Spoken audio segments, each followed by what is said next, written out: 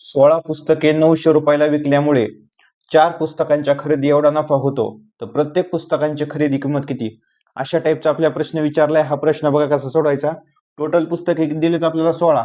16 पुस्तकांची विक्री किंमत किती? 900 रुपये दिली. नंतर काय म्हणलंय? 4 पुस्तकांच्या खरेदी एवढा नफा होतो. सगळे सुरुवातीला काय करायचं? पुस्तके किती? 16. 16 प्लस काय करायचं? 16 आणि 4 पुस्तकांची खरेदी एवढा काय होतो? नफा होतो. ह्या 4 पुस्तकांच्या खरेदी एवढा नफा आणि 16 पुस्तके ह्यांची काय करायची? बेरीज करायची सगळे सुरुवातीला. 16 प्लस 4 किती? 20. या दोघांची बेरीज किती आली? 20 आली. आणि आपल्याला विक्री किंमत किती दिली? 16 पुस्तके 900 रुपयाला विकल्यामुळे म्हणजे विक्री किंमत किती झाली? 900. मग 900 ला जर आपण ह्या 20 न भाग दिला तर आपल्याला प्रत्येक पुस्तकांची काय भेटन?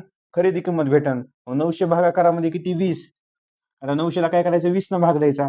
900 वरचा एक शून्य कट करायचा, खालच्या 20 वरचा एक शून्य कट करायचा. आता 2 न काय करायचं? 9 ला भाग द्यायचा. बे एक बे, बे चोक 8. 9 मधून 8 गेले, खाली किती राहिली? 1. इथे झाली 10. आता 2 न काय करायचं? 10 ला भाग द्यायचा. बे पंचे 10. म्हणून प्रत्येक पुस्तकांची खरेदी किंमत किती आली? तर 45 आली. ऑप्शन क्रमांक 2.